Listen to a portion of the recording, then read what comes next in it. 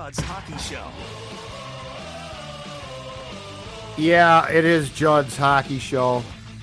It's your hockey show tonight as well. It's Judd and Declan. If you watched the Wild just get basically taken apart by the Dallas Stars in a crucial Game 5, you know why I sound absolutely disgusted. I will keep my comments brief because we certainly want to hear what you have to say about this performance. But yeah, that's a good idea, Dex. You know what? I got mine too. Got yours I got right there? mine. Yep. Pop Good for you. pop that, baby.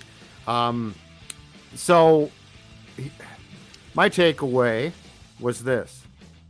When you have a Game 5 of the playoffs like that, and you show up as uninspired as the Wild did for a second game in this playoff series, after having a 2-1 series lead and losing a tough game, and you take a dumb penalty. The Foligno penalty was not a major in my opinion, but it was a penalty. And you just come undone after that. That's it. I don't know how this series is going to end up. I have a feeling it's going to end up with a Dallas win. Might be in 7. I don't know. Pete DeBoer beat Dean Evason in 7 back when Pete DeBoer was in Vegas a couple years ago. But this is what I know. I'm looking at several places to place my ire tonight. But I'm looking at one place in particular, and that's behind the bench. As someone texted me or tweeted me so correctly, how do you change the makeup of your team as much as Bill Guerin did? And right now, you are having the exact same result as last year. The exact same result. In fact, it's worse. 8 playoff goals for St. Louis in 6 games last year. Dallas is now at 9 playoff goals, 2 tonight in 5 games. How are these mistakes being repeated? You have the same problem with Boldy is turned into Fiala with a no-show. You're making no adjustments. You made line adjustments only because Foligno got thrown out. This was an absolutely, I think this causes a very likely come to Jesus with Dean, man. I don't see how you can look past this now. This is inexcusable. It was awful. He put Steele back in when we told him, man, why don't you play Sundqvist? You got him because he's played in the playoffs and won a cup. Everything that Dean has done screams of the story that I wrote for Minnesota Hockey when this playoff series started, which is when it comes to playoffs, he folds. He doesn't know what to do. And even Keith Jones and Olczyk rightfully got on him in the third period for bitching at refs continually. Like, that's your default position? As they both said, and they're right, you can't control that. So you can't control what the officials do, but that's your main... Like, your team just no-showed a game, and your main ire is saved for the officials, and you're constantly shaking your head. You're amazed. Pete DeBoer, Dean, is kicking your ass all over the place. He's doing it again. Craig Berube did it last year. And you're mad at the officiating, and your players are doing stupid things. Zuccarello's running around like a chicken with his head cut off, slashing guys, as is Hartman. There were 2 things in the third period I saw that, my God, it just make me want to puke. The first one was 4-on-4. Boldy has the puck. Comes in 4-on-4. You're down by 3 at the time. It comes into the Dallas zone and then decides to just turn back and go for a skate and eventually throws the puck away. The other one was the Wild pulls their goaltender and Zuccarello decides to make this hero stretch pass, which is icing. With the goaltender out, where you've got to have some cohesiveness of how you get up the ice.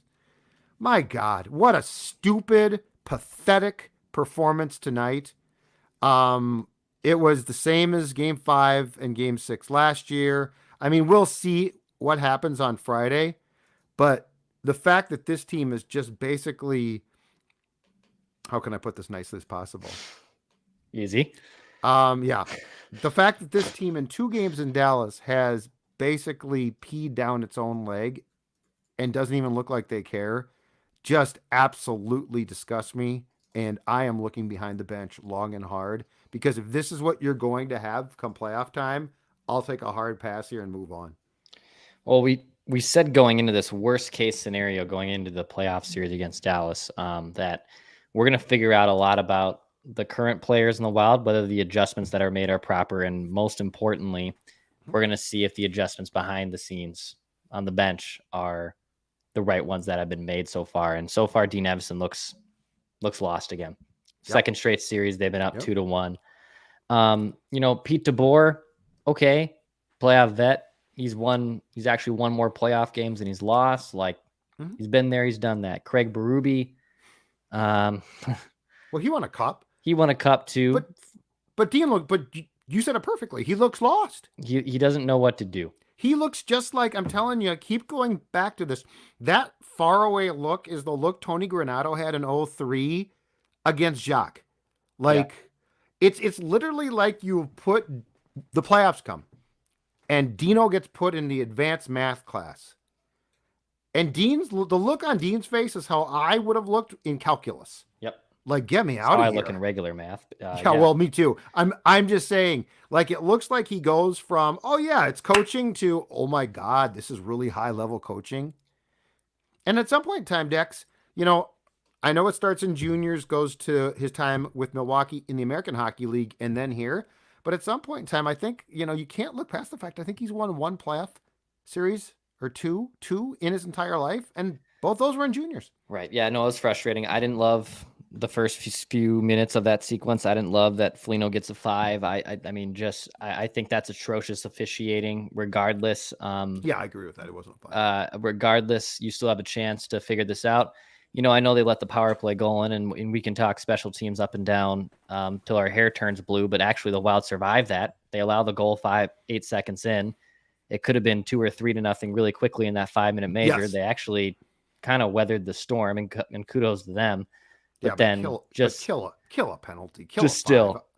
You couldn't figure out a way to do it. And before you continue, which I know you have a lot to say. And I just got a question for you. This is Wild Vent Line. So hit the subscribe button for daily Minnesota sports entertainment, but also shoot me an email. It's vikingsventline@gmail.com. We'd love to hear from as many of you as possible. This is your show. We've been doing this all season. We don't take any breaks. We don't wait till a certain situation to not go on and do this. This has been here for you all throughout the playoff series. It'll be for you tonight. It'll be for you on Game 6. It's Wild Vent Line. This is Minnesota Wild Fan Show. So if you want to come in on with us, shoot me an email. It's vikingsventline@gmail.com. My only request is to keep the calls clean so Jed and I can continue to be doing this show.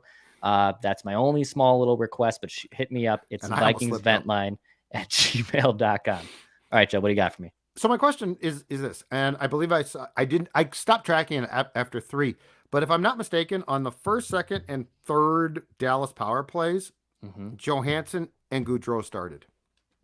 Well, they gave up goals in the first 2. And Johansson's not the guy to have out there. Right.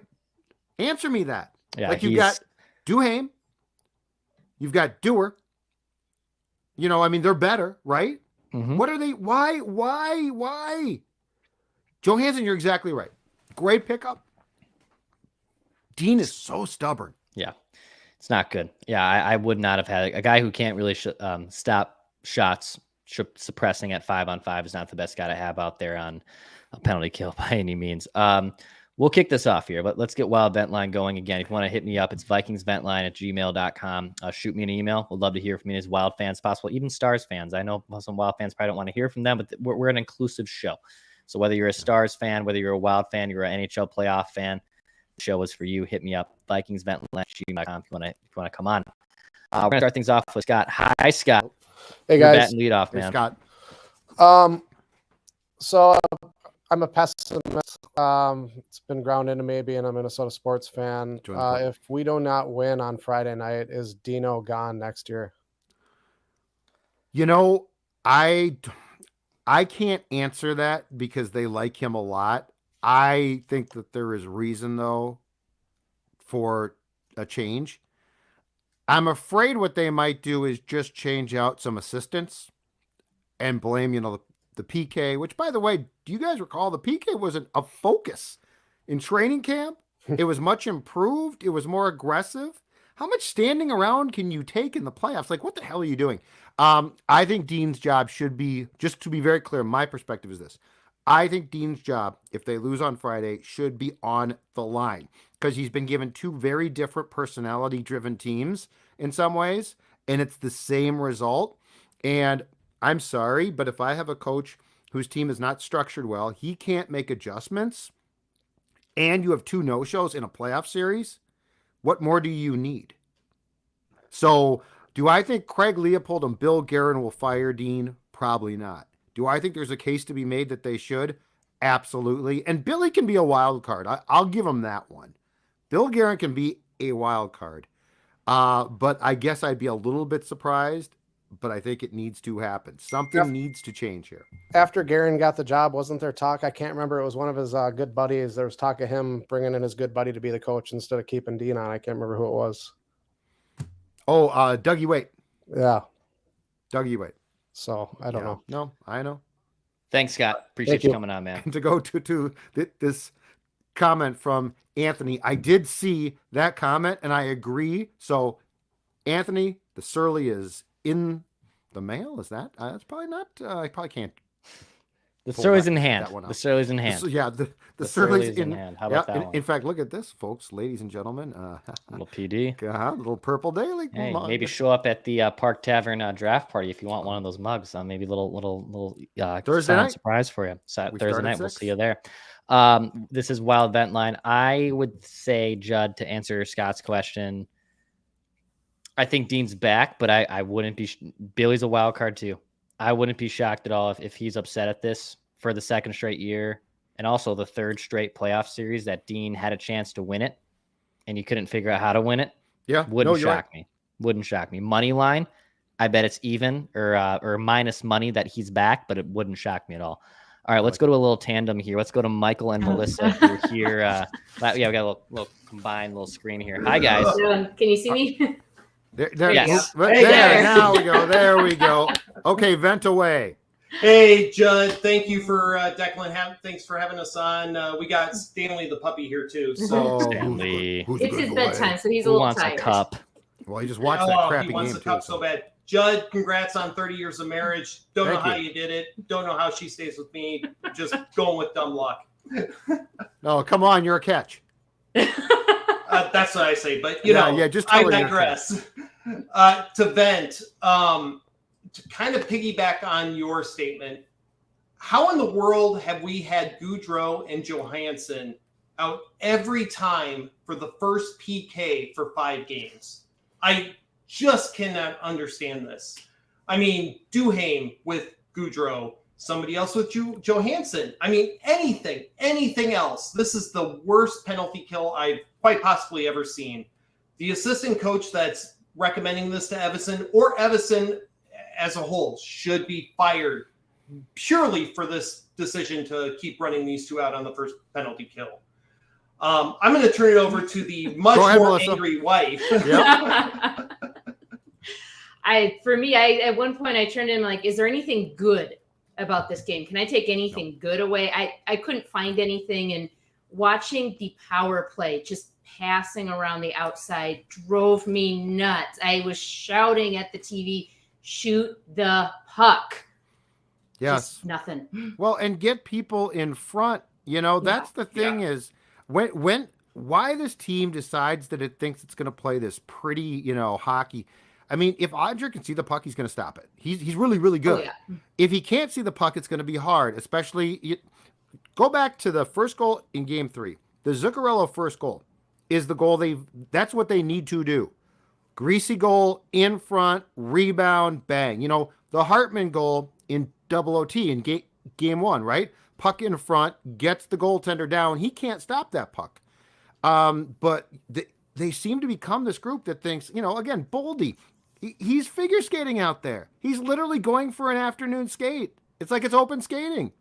It's like, Matt, no, you need to do something with the puck. So you're right. I don't know how, but you would think it should be correctable at some point, and they just continue down this path. I don't know. And Dean looks, like Deck said, and you're exactly right, Declan, he looks lost. Yeah. Like they show him back there, and it's like this faraway look, like, what's happening? Well, it's your team. Judd, one other quick point. The Foligno penalty, the major, obviously that was not a major. Right. I mean, we're all in agreement on that. Yes. But we knew who the crew was going into this game. We knew it was going to be very, very touchy, and they love to call penalties. Foligno knew that going into the game. He made the decision to make that questionable hit. Mm-hmm. That needs to be accounted for. Like, we have a very hard salary cap situation going into next season. Foligno has to be on the block. I love Foligno, love Moose, think he's a phenomenal player, but we have other guys that we need to pay. Foligno's making $3 million going into next year. Just saying, that's money that could go to Gus, could go to some other guys to kind of help the club going forward. Duhaime, $1.5 million next year as an RFA. Yep. Much, much better on that third line. Smaller picture. Why didn't Sundqvist play tonight? Yeah, absolutely. Sam Steele, are you kidding me? You know, Boldy can be a center. He can play center on the second line. What's it going to decrease his non-existent production? Exactly. Exactly. Can't get worse. We've got a signed Boldy jersey in our basement, losing money right now losing money right now. I'll give you $10 for it. All right, you guys. Thank you, Mike, Melissa. Thanks, appreciate guys. you guys coming on. You're awesome. A little bit of a family affair there on Wild Ventline. I love it. This is what this is. This is what a family affair looks like. If you want to come on and talk about this with your spouse, if you're hiding from your spouse, if your spouse has kicked you out, if your talk dog, about this. If the dog, vice versa, your dog, little Nutrisource. Doesn't matter. Come on with us. It's VikingsVentline@gmail.com. We'll keep the calls moving. We'll go next to Alex now. Hi, Alex. Welcome to Wild Ventline. Good to see you guys again. I have a couple points here. One, the Wild looked flat. Like, they just came out and took that penalty, which I'll come back to, and they just looked flat. They didn't bring it the rest of the game. Never got their legs back, never went for it. Two, the officiating, like, Foligno antagonizes the refs in game 3 with they're diving. Evason gives them all the stuff. And, like, in a vacuum, that shouldn't matter. But the refs pay attention to that. And you can see the patterns of that stuff going across the league, where then in game 4, Foligno's taking all these calls that are bogus calls. Like, those calls were barely questionable, not playoff penalties. And then in this game, he's taken that major that I think you could argue was Neen, but it wasn't a major. Right. Yes, it was a penalty. Yeah, it deserved that. It was a penalty. It was a penalty, but it wasn't 5. And 5 in a game. Like, the 5's bad. The game is worse. Yeah, agreed. But you're exactly right. Thanks, Alex. They were flat, and that is not excusable. That's the problem. How do you come out that flat? Sunday's game was fantastic. Like, no matter what you think of, okay, the calls were bad, you know, they didn't do this or that. I didn't sit there after watching Sunday's game, Dex, and think, well, I'm pissed off about this performance. No, I didn't love the officiating on Sunday. Obviously, I didn't love the officiating specifically on 2 calls on Foligno. But at the end of the day, the Wild had chances to win that. The Wild did not, in my opinion, have a good chance to win this game. Correct. They shot themselves in the foot from the get-go. There was back and forth on Sunday. There was opportunities. There was mismatches. There was odd man rushes. There was power plays for the Wild too.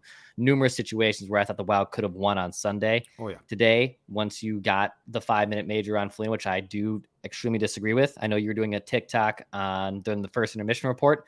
Biz and Anson Carter did a literal live breakdown of what it would be like if 2 guys are coming together knee on knee. They basically did the same thing that happened on the play between Fasca and Foligno, and they both agreed that, look, it's a difficult situation. It's bang, bang, but it's not a 5. It's not a 5. And I forget the rule analyst they have on TBS TNT who said, no, it was the right call, which to me is completely BS. Of course he did, because those guys always say that's the right call. I'd fire all of those guys. Completely BS. But I will take Anson Carter. I will take Biz at their word for it. 2 dudes who also know how to, let's be honest, kind of goon it up and how to lay the wood pretty well. If they're saying it's not a 5, I'm gonna believe them too. So I didn't agree with that, but regardless, to the whole point, the Wild had no shot to win this game. They shot themselves in the foot from the get-go, and they had no effort, Judd, to try to prove that they could win the game.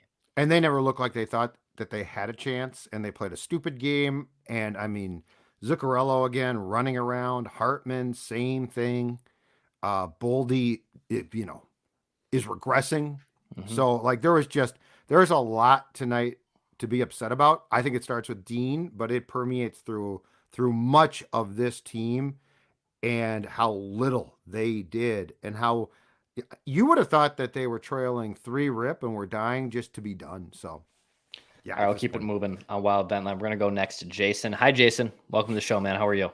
I'm doing well, guys. Good to be with you again. Thank you. Wish it was under better circumstances, but good to see you either way. Want to start out, just let you guys know, thanks as always for all the content, hosting the show. Even when things aren't going our favorite team's way, I really appreciate it. I know Wild Nation appreciates it as well. Thank you. Couple things. I'm worried about Kirill. I'd say he looks lost out there if I didn't know how good of a hockey player he was or how good of a hockey player he is.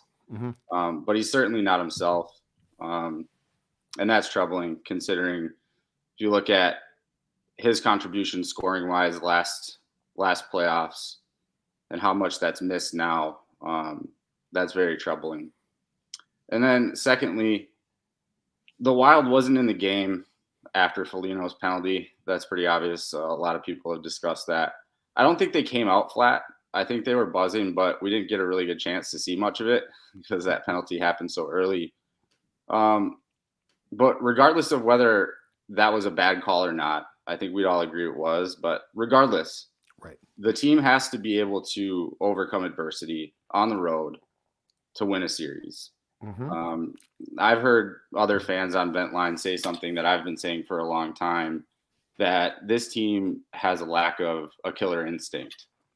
And after watching them completely deflate tonight in what ended up being a 1-goal game after that 5-minute major, I wonder about the culture overall. Do the Wild have a winning culture? And if they don't, what needs to happen to change that? Thanks, Jason. Well, good stuff, Jason. I think the answer to your question comes back to coaching, because look at the players who have been changed out too. Like your question in the Parisi Suter, that group, that sort of fun bunch group, was no, they didn't. Like they had some good players, but they did not have a culture that was conducive to success. I don't feel that way about this group. And look at how many changes Bill Guerin made, and look at the deadline moves he made to bring in veteran guys, right, Declan, with playoff experience. So I really think that there right now is one place to look: behind the bench. I mean, we can debate the importance of regular season coaching. What we can't debate is the importance of playoff coaching. Playoff coaching, I mean, hell, in all sports. But in this sport, you have to adjust. You have to play mind games. The problem is this: if nothing else, DeBoer's most genius tactic might have been, after game 1, pointing out that the Wild was a penalized team, and so they're going to take penalties. And it's like the ref said, "Yeah, you know what, you're right." And instead of the Wild like coming back with a smart answer, Dean said they dive, and then in game 3, Foligno's like doing the diving thing, which doesn't help anybody, okay? So it's like DeBoer subtly, very smartly sort of got into the Wild's head, and the Wild just lashed back out. And again tonight, they were lashing out. There doesn't seem to be a calmness. There doesn't seem to be answers. And this is too veteran of team to be coached like that. Agreed. So I really think this comes back to coaching. Keep it moving here on Wild Vent Line. We're going to go next to Alec. Hey, Alec, welcome back, buddy. How are you? Not where I wanted to be, but here we are. Yep. That was just humiliating. That was bad. First, we'll just start with it. The Foligno call, like everyone's been saying, it's not a 5-minute major, but the thought process here has to be that because of what they've been saying and everything that's kind of gone on, Judd, like you were just talking about with the Peter DeBoer stay and stuff, everyone's kind of been chirping at the refs. Is it possible that the league basically said, if he does anything stupid, give him the game? I mean, and he did, really. I mean, he gave him a knee, whether or not it was a 5-minute. Well, and I just don't think it helps. And I said this to Declan probably in January. Dean's constant bitching doesn't help. It never helped. Every call, he's either chirping or he looks like he's just disgusted with it. And it's like, Dean, at some point in time, officials are flawed and human, right? Yeah. So is he the Karl Anthony Towns of the NHL? Well, and he's just always. I mean, like tonight, he had that sort of smirk on his face after a call. It's like, Dean, your team sucks right now. Deal with your team. I was tempted to tweet. I didn't, but after the second power play goal, you know what? Burn your timeout. Do something to change the momentum of this game. Yeah. And he never does anything to change anything.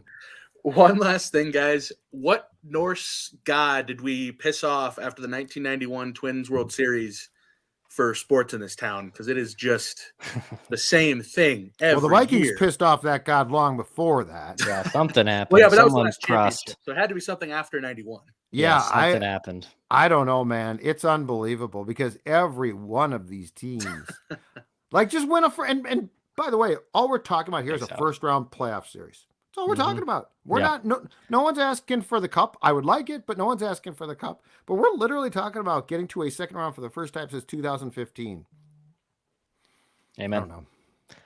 All right, we'll keep it moving. Wild Vent Line here on Score North and Judd's Hock Show. Hit the subscribe button for daily Minnesota sports entertainment. If you're looking for Timberwolves content, the Wolves in a back and forth battle. We're on track to break the Score North YouTube channel numerous times throughout the last week and a half. Phil Mackey, Kyle Tigey are going to be live to break down some Wolves content too later on this YouTube channel. So if you're looking for that, this will be the place for you. But in the meantime, it's Wild Vent Line right here on Score North and Judd's Hockey Show. We'll go next to Kevin. Hi, Kevin. Welcome to the show, sir. Boys, how you doing? We're okay. Hanging in there. Not great. I'm pissed. Good. This one hurt because Dean doesn't make adjustments. You have Kaprizov playing the power play, and they never once set up a one-timer. Would you please figure it out? Alex Ovechkin has made his life in the one-timer slot. Would you please set up a one-timer? The kid can shoot the puck. It's not rocket science. And then, God forbid, you might change your lines a little bit. Why not pull Zuccarello off the first line? He's not doing anything. Maybe Nyquist can feed Kaprizov a puck. Maybe he's a good player. I don't get it. I mean, I'm not an advocate for firing people, but our power play has been terrible for 5 years. Please fix it. Get them out of there. Bring in somebody that knows how to run a power play. Dean, you're a whiner. Get the heck out of here and somebody else. Please run this team because there's talent. And Guerin is bringing in young kids. I like the kids that are in our AHL. I like the kids that they got in Russia. They're talent. But we have no coaching. Please figure it out. And I mean, if you look behind me, you got Frankie Viola, you got Kaprizov, you got up there. I mean, I like players. Don't get me wrong. Yep. Players win, but coaching wins championships. Mm-hmm. And that's what I want. Before I die. That's right, Kevin. Viking Vent Line. Yeah. Right? You're right on. I've been a Viking fan for my life, Judd. I'm as old as you. I'm sorry. I mean, the great tells. But this is ridiculous. I mean, what are you, 3 for 25 on the power play with the talent that we got? And you've given up 9 power play goals. So right there's the series. I mean, I understand that Eriksson Ek is hurt. I get that, and he's a big factor on the kill. And he gets in front of the net. I get that. And when Foligno got kicked out tonight, it felt like our presence in front of the net was gone. Nobody wanted to go to the hard area. You just got to tell these guys, go. You're not going to get a goal from the outside, hanging onto the puck, and the hope passes. Just so many hope passes tonight. Ick. Yeah. And by not dressing Sundqvist, you didn't have a guy who could have done exactly what you're talking about when Foligno got thrown out. And instead you had Sam Steele, who, need I remind you, in the opening minutes of that game had a breakaway and shot the puck wide. Yeah. Some of this is not that tough. He's right. Some of this is not rocket science, and yet it's made to be. Absolutely. All right, we're gonna keep it moving on Wild vent line here. We're gonna go next to Mike. Hi, Mike. Hey guys, how you doing? We're okay. Good. Hey, so the last guy kind of hit it on the head with how I'm feeling. I'm hurting tonight. This one really, really, really stung. You're in the right place. Sports therapy, baby. Just talk. I know. Talk out I know. your feelings. So one thing I wanted to say, and I'm guilty of doing it too. There's bad calls. We blame the refs. I get it, but it's not an excuse when your PK is the way it is and your power play is the way it is. I don't care. Even if you reduced your PK by 50, or it's at like 50% down to 25%, we're in some of these games. Yes. Like we can even take the boneheaded penalties and still be in the games. It's the refs aren't an excuse. The other thing I took notes. Eriksson Ek, man, the face-offs, the penalty kill, that the grit. And I was thinking about this today. He really is that, like, our motto, grit first. That is Eriksson Ek. Yeah, he is that grit first. He is our motto, and it really stings. It really hurts. I agree with what you said. Sam Steele versus Sonny. Get Sonny in there. He's basically the moose. I'm a little upset with Foligno. It kind of feels like, I know some of them, especially the last game, are kind of silly calls, but it feels like he's hurting us. So that's all I got. Thanks, guys. All right, man. Thank you. Appreciate you coming on. See, that's sports therapy. That's right. It's a safe That's spot. why we're here. It's a safe spot. We're here so you can vent, so you can go to bed with the anger released. Mm-hmm. And hopefully you bend it out and you're not going to take it out on anyone else. That'd be the goal there. Go scream at you. I saw a certain someone's wife on this show tweet out that 30 years of marriage, sometimes at one point she had his undivided attention, but now between the Wild, between the Twins. No, we got married right around the draft. It was never really my attention in April. My attention span's very limited. But you know why? Because I'm focused. But then again, hold on though. Dean needs to be more not to do Judd vent line. So you got married in April of 2023 then, or 1993? Excuse me. You got April of 93, right? April 24th. So that was was that right? Was that right? The year before the North Stars run to the Cup, or was that the same month? Oh no, it was right after they left town for good. Right after they left town. That's right. Okay. Yeah, their last game was early April 93. Wow. So that was an omen. So you're telling me you got married like the same week that team left town, Judd? I think they left town. Well, the move was announced in March. I think they left town. Well, their last game was against the Red Wings in Detroit at the Joe Louis Arena in early April. Okay. And then they moved, and so I was hockey free. It was a very, very difficult time for me as a hockey fan. Yeah, you had to commit to something. And you found your lovely wife. Yeah, we'll keep it moving here on Wild Vent Line. We're gonna go next to Brandon. Brandon, you're next on the Wild Vent Line. How are you, sir? Oh man, I think you've heard the same thing enough times tonight, haven't you? No, it's okay. Bring it on, man. Seriously, we are here. We are here for purging of Game 5. I'm pretty upset, And one of my big takeaways, I guess, after watching this team in the playoffs this year is if you're going to play that emotional, you better be able to tuck some games away. Amen. I don't mind these penalties. If you want to start putting some heart in the game and if you want to take some dumb penalties, that's fine. But, it's almost more fun watching Seattle battle against the Avs right now. I mean, they got nothing to lose. They're all in, working their tails off.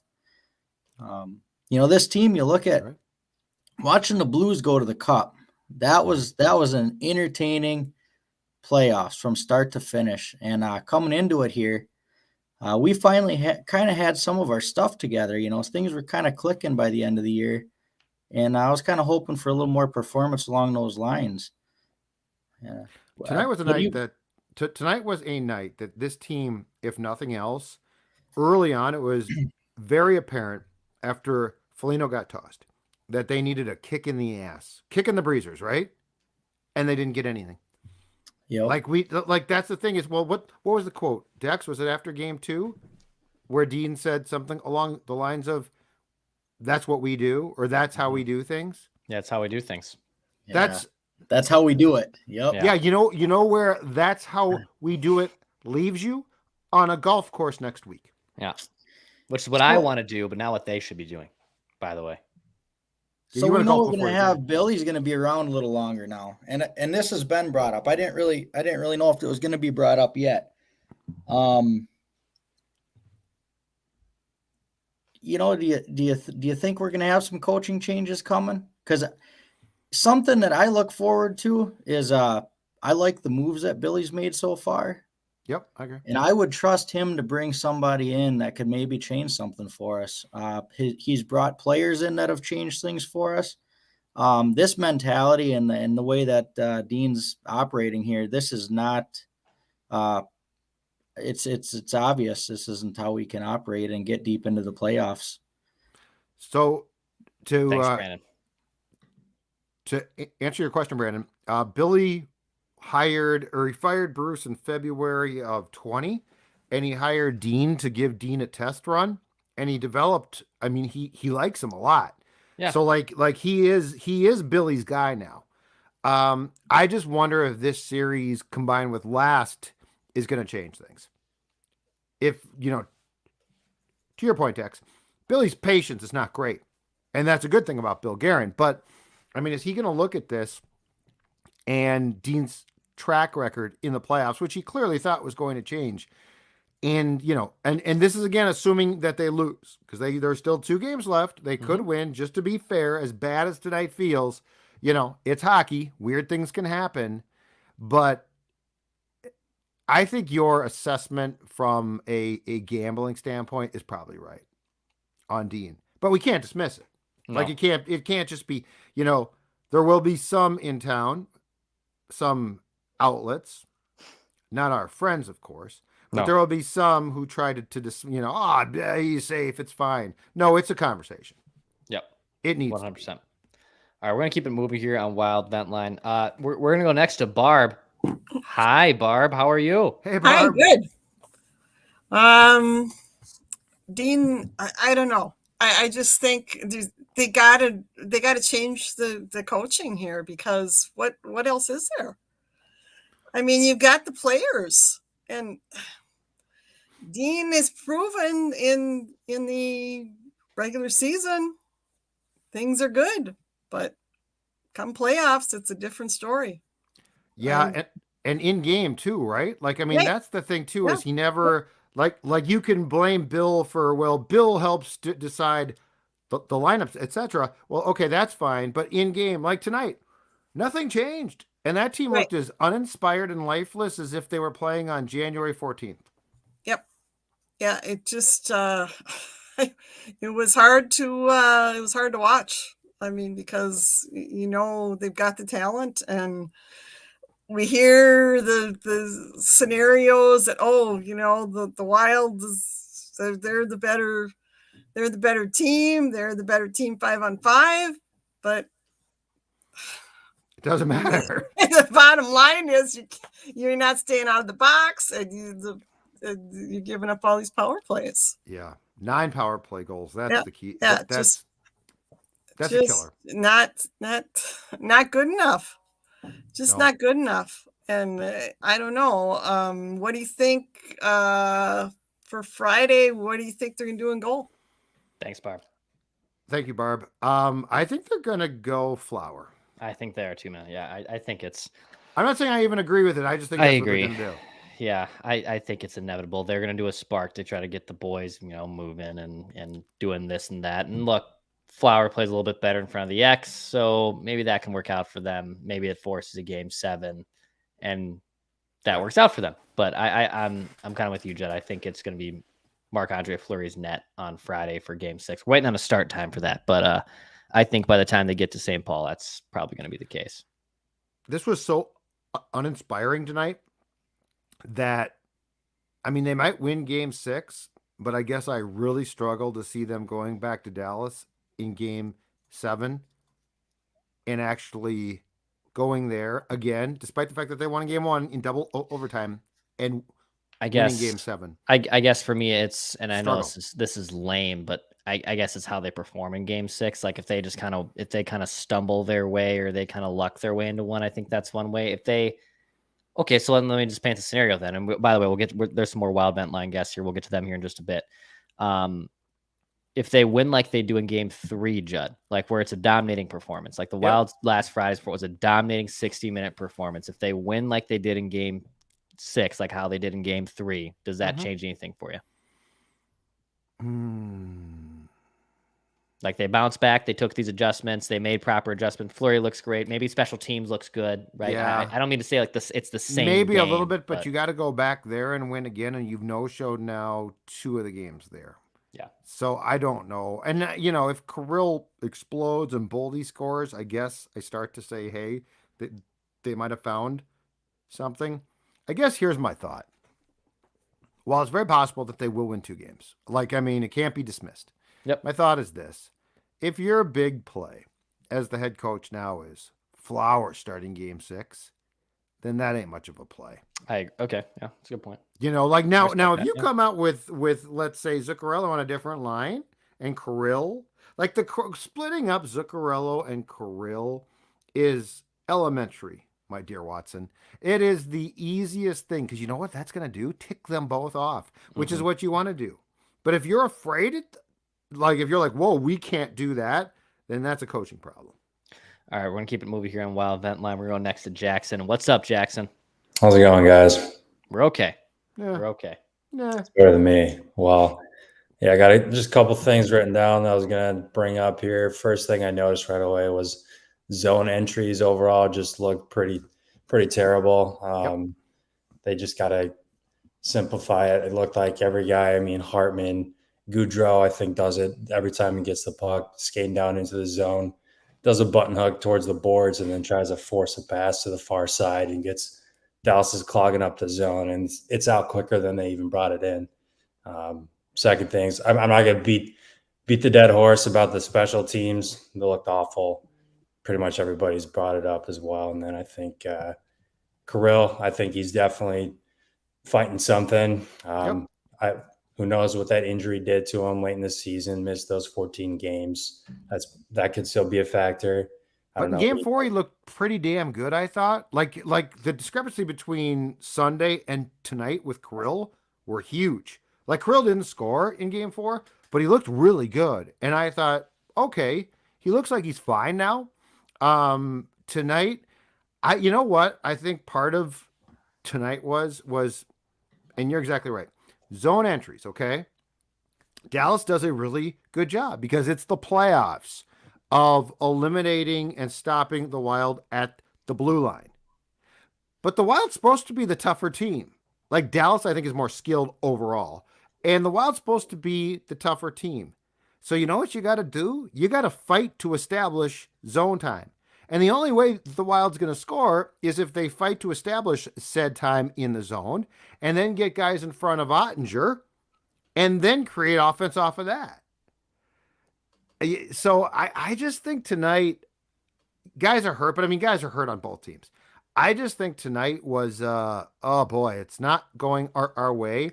And then the officials thing drives me crazy because then it just becomes a reason to complain.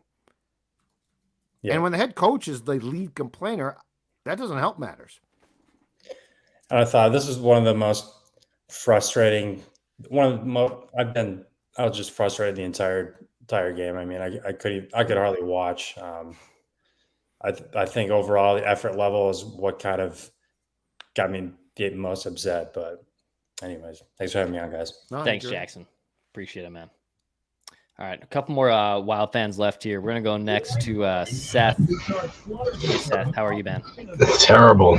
Yeah. The last time I was on this show, the Wild won Game 6 against the Golden Knights 2 years ago. Okay. Morale was high then.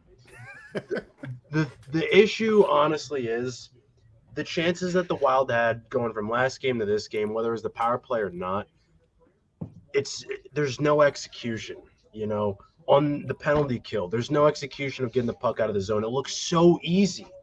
When we're on the power play, Klingberg, backwards crossovers, Kirill standing on the left side of the ice. When do you see Kirill there? You'll see Kirill on the right side for a one-timer.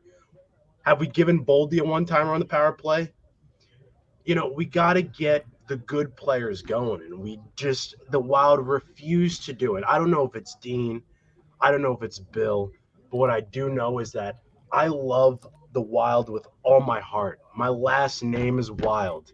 I was born in 2000, the same year that the Wild came to Minnesota. I was born in St. Paul. I love this team. I love the Vikings. And it doesn't matter. Every single year, it's heartbreak after heartbreak. And I listen to this show. I listen to other Minnesota podcasts. And it's just always, oh, well, it's okay. You know, there was improvement. No, it's not okay. It's not about improvement. We gotta win. If it's not win a championship, let's get to the second round. Let's get to the Western Conference Final. Let's get out of the divisional round. I don't mean to go on, but it hurts. Oh, it hurts so much. And you're right, though. Don't let the apologists tell you it's fine, because it's not. Like, until we have standards, so what, we're happy with a playoff berth? No. You know, and this team has talent. Tonight was largely a case, as Dix, I think, tweeted early on, of self-sabotage. Yeah. This team has far too much talent to pull this crap.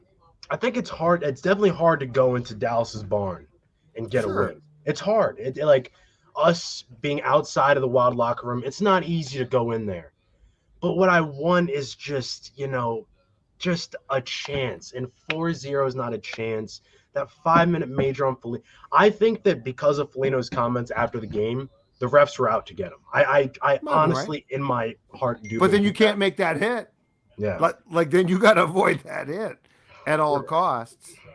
I hope you guys. Well, I just want to finish with this. You guys have probably dealt with this a lot longer than I have because I'm 22. I hope that this does not hurt you guys as much as this pains me, because I'm just now. I started my Minnesota journey with the Blair Walsh kick, and and here we are. You weren't even born in '98, my man. The Atlanta Falcons. Is that what? Oh yeah, the Falcons lost. Gary Anderson. Yeah. Oh, there's so much more pain. There's so much more pain. Before I go, I love the show. I listen every single day. You guys are the best. You guys make my day so much. I really appreciate it. And I hope that you guys know, even through the pain, you guys make a lot of people's day. So I really appreciate it, guys. Thanks, you very much. That's kind of you. And I mean, for God's sakes, it's not his fault. His last name's Wild, for God's sakes, and he has to deal with that. I love the passion, but he's right. He's a young man. It's a great call. He's a young guy, and what the younger people in this town have to know is it's not okay. Like, for all, we do have an incredible amount of apologists, and it's not okay. Yep. Like, tonight was not okay. Sunday, fun game, tough loss, okay? But game 2 and game 5 are not okay. This is not acceptable. Not at all. A few more fans left here. Let me see if he's available. Hey, Nolan, if you're there, hit that camera on. If not, we got a something on here. Nolan, you got us okay? Yeah, I don't know if you can hear me, but my camera's not working. Can hear you perfect. We can hear you, so yeah, go ahead. All right, well, I just wanted to make it clear that I appreciate you guys and everything you do. Also, I feel like they talked about it on the broadcast in the first game. Minnesota came into the series looking to play their way. They wanted to be physical, they wanted to be gritty, and they wanted to make big hits, finish their checks, and I feel like the whole thing is that's been taken. They're not going to outscale Dallas. They don't have the skill that Dallas has. And the guys who can compete with Dallas just haven't shown up. And just watching it every game over and over again, guys skate on Minnesota. They'll skate inside the offensive zone, immediately turn it over, and it's going back the other way. They're going tic-tac-toe, tape to tape right away, and just beating us in quick, easy moves. And it's just, I'm tired of it. This has just been happening for too long. I finally thought like the grit, that was going to be our chance. We were going to be able to knock them around, especially after the first game. We pulled out an impressive win because they dominated the entire second half of that game. Yep. And we still won. And now it feels like we're kind of backtracked and we can't do anything. And now I feel like Dean won't make changes. Dean Evason has said that he's not going to stop like letting off the penalties. He needs to tell them they have to be smarter. I get he doesn't want to let off playing hard, but like they still have to be smarter because those penalties are just the power play. The penalty kill has just been terrible. Yeah. Good stuff, man. Absolutely. Yeah. This goes back to what we talked about going into the Blues series last year. And it remains true and will always remain true for as long as playoff hockey is played. There is no time and space. In the playoffs, time and space disappears. So if Kaprizov's like, where's my time and space? Dude, it's not there. And you scored, 7 goals in 6 games last year against the Blues. So, but I mean, yeah, there is going to be, and what's frustrating about this is really the Wild's a team that's supposed to be taking away the time and space from Dallas. And they failed miserably tonight. And Dallas has done a good job. But I mean, the playoffs are tough. There just doesn't seem to be, and that's why it requires adjustments. That's why it requires tough decisions. And there doesn't seem to be enough of that from the Wild side to have an effect. And so consequently, in a game like tonight, they just sort of fall apart. Yep. All right. We're going to wrap things up with our guy, Steve here. Steve, what's up, buddy? You're going to. Hey, fellas. How are you? We're okay. Live from Denver. Watched the pure embarrassment that was a hockey game today. We just didn't show up after that hit. We deflated. We didn't bring our grind. We lost all of it. It was absolutely heartbreaking. And all Dean needed to do, I wish Dean would get up on the bench and be like, hey, come over, like call a timeout for crying out loud. Come over here, everybody calm down. Everybody calm down, go play your game, relax, go get a W. And it just didn't happen. Get Sundqvist in there. I want to see Nyquist with 97 and Zuck with Boldy. We'll see if that happens, but